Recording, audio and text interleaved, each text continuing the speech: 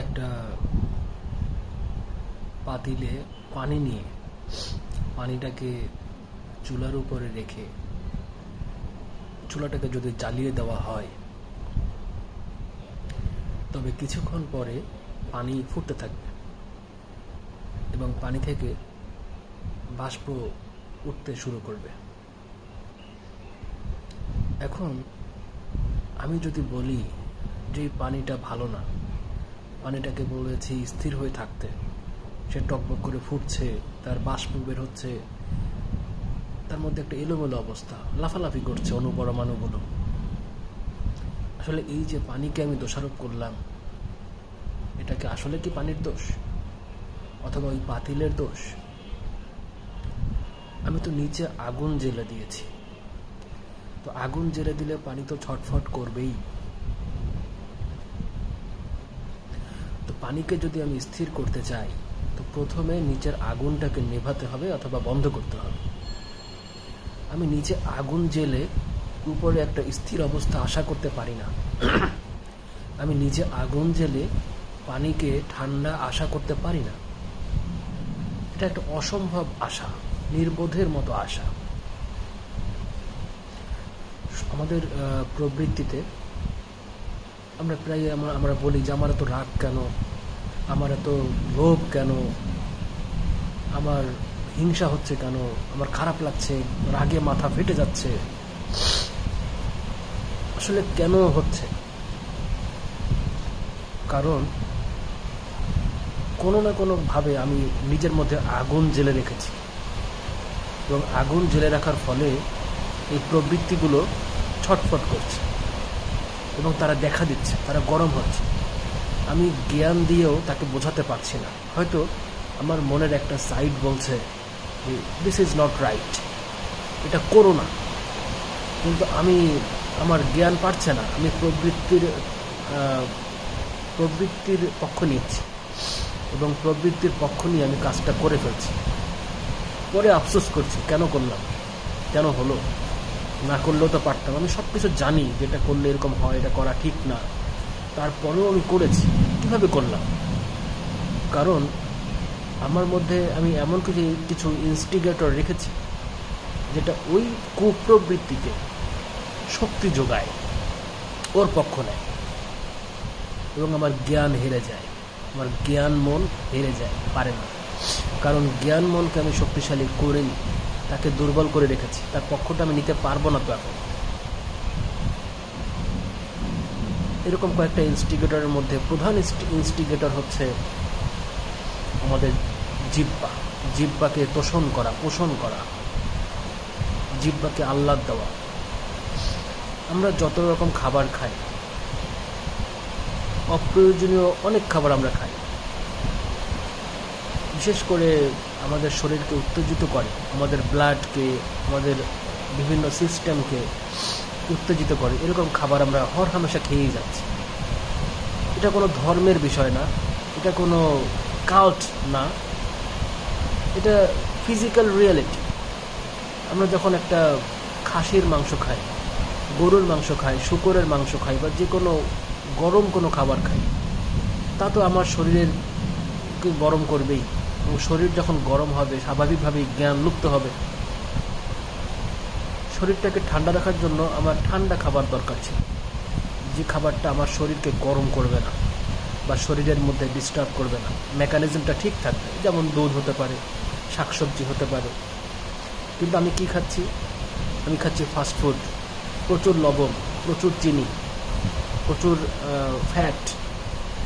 এই ফ্যাটগুলো হজম করতে গিয়ে আমার লিভারে যে চাপটা পড়ে এবং ব্লাডের মধ্যে যে কেমিক্যালগুলো ছোটাছুটি করে, তা তো আমার কুপ্রবৃত্তির পক্ষ নেবেই। তখন কি আমার জ্ঞান ওর সাথে পারবে? জ্ঞান যতই নীতিবাক্য দিক না কেন, আমার শরীর আমাকে ঠেলে আমাকে ধ্বংসের দিকে নিয়ে যাবে। আমি ঠেকাতে পারবো না। চেয়ে চেয়ে দেখবো, আহাম্মকের মতো চেয়ে চেয়ে দেখবো, কারণ আহাম্মকের মতো কাজ তো আমি করে ফেলেছি। তাই নিজেকে সংশোধন করতে গেলে, নিজেকে ঠান্ডা রাখতে গেলে, জ্ঞানের পক্ষ নিতে গেলে শরীরকে গরম দেওয়া বন্ধ করতে হবে এবং সেটা শুরু করতে হবে খাবার থেকে। খাবার হতে হবে সরল, কম, বারবার নয়। আমরা হর হামেশা খেয়েই যাচ্ছি। আসলে আমরা কি খাই? এই জিহ্বা, এইটা, এ আমাকে বলে আর আমি ইচ্ছা মতো খেতে থাকি, যে আমার খুব ভালো লাগছে, ও বলবে আমার খুব ভালো লাগছে, আর আমি খেতেই থাকবো। আলটিমেটলি আমার জ্ঞান বুদ্ধি লোপ পাবে। আমি মূর্খের মতো কথা বলবো, মূর্খের মতো কাজ করব, আমার হাঁটা চলা মূর্খের মতো হবে। 2 নম্বর হচ্ছে চিন্তা। আমি এমন কিছু চিন্তা করি যেটা আমার প্রবৃত্তিকে কুয়ের দিকে নিয়ে যায়, খারাপের দিকে নিয়ে যায়, উত্তেজনার দিকে নিয়ে যায়, হিংসার দিকে নিয়ে যায়। এই যে আমরা ইন্টারনেটের বদৌলতে প্রতিদিন ইউটিউবে, ফেসবুকে সময় কাটাই, সোশ্যাল মিডিয়ায়, দেখতে ভালো লাগছে, স্ক্রল করে যাচ্ছি, কিন্তু এখান থেকে আমার কি আসছে, আমি কি কি থট এখান থেকে আমি নিচ্ছি, তা আমার জন্য কতটা ভালো, কোন দিকে নিচ্ছে। আমাদের অজান্তে অনেক রকম কুচিন্তা, ধর্ষণের খবর, হত্যার খবর, দুশ্চিন্তার খবর, পত্রিকা খুললেই তো দুশ্চিন্তার খবর। এরপরে বিভিন্ন কামোত্তেজক ছবি, কামোত্তেজক খবর। যেমন সেদিন একটা খবরের শিরোনাম দেখলাম যে খোলামেলার ছবিতে সাহসী অমুক নায়িকা, এরপর সুন্দর একটা ছবি দিছে, যেটা দেখলে যে কোনো পুরুষের একটু কম্পন, ভাইব্রেশন তো হবেই। এই যে পুরুষের ভাইব্রেশন হয়, নারীদের ভাইব্রেশন হয়, এটা কি নারী পুরুষের দোষ? না, এই সেক্সুয়াল সিস্টেমটাকে আমরা করেছি না, এটা তো প্রকৃতি সিস্টেম করে দিচ্ছে। এটা আমাদের মধ্যে সেট করা সফটওয়্যারের মতো। কিন্তু এটাকে আমি কীভাবে ব্যবহার করব, কী করে ঠান্ডা রাখবো, কী করে কন্ট্রোলভাবে মানে আমরা ইউজ করব, এটা আমার বিবেক বুদ্ধির উপর নির্ভর করে। কিন্তু প্রতিনিয়ত আমি যদি এটাকে আগুন জ্বালে গরম করে রাখি, তো নির্বোধের মতো কাজ করবেই। এই যে পত্রিকা পড়ি, আমরা ইউটিউবে থাকি, মেসেঞ্জারে যাই, ইচ্ছা মতো ভিডিও দেখছি, কত মানুষের কত রকম চিন্তা করা ভিডিও, তাদের চিন্তাগুলো আমাকে দিয়ে দিচ্ছে, আর আমি চিন্তার পাহাড় হয়ে যাচ্ছি। বেশিরভাগই ফালতু চিন্তা, নোংরা চিন্তা, এগুলো আমার মনটাকে উত্তেজিত করছে। আমি জ্ঞানের পক্ষ নিতে পারছি না, আমি মূর্খতার দিকে এগিয়ে যাচ্ছি।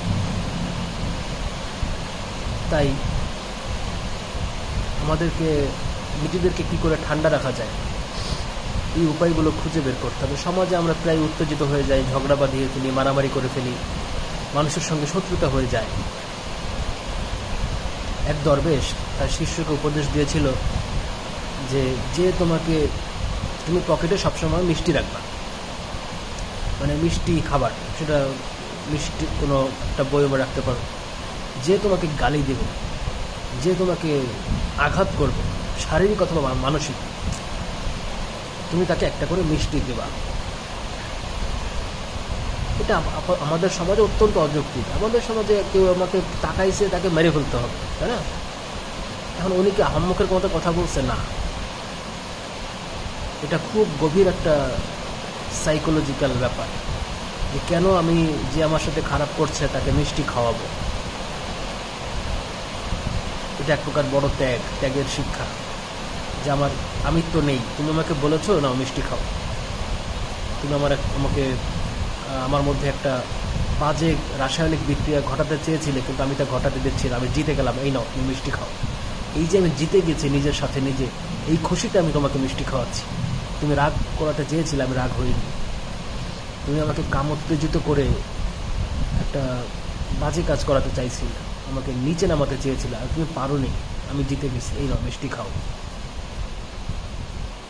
সাধনা মানে এক জায়গায় চুপচাপ বসে থাকা না, চুপচাপ মূর্খের মতো বসে থাকা না।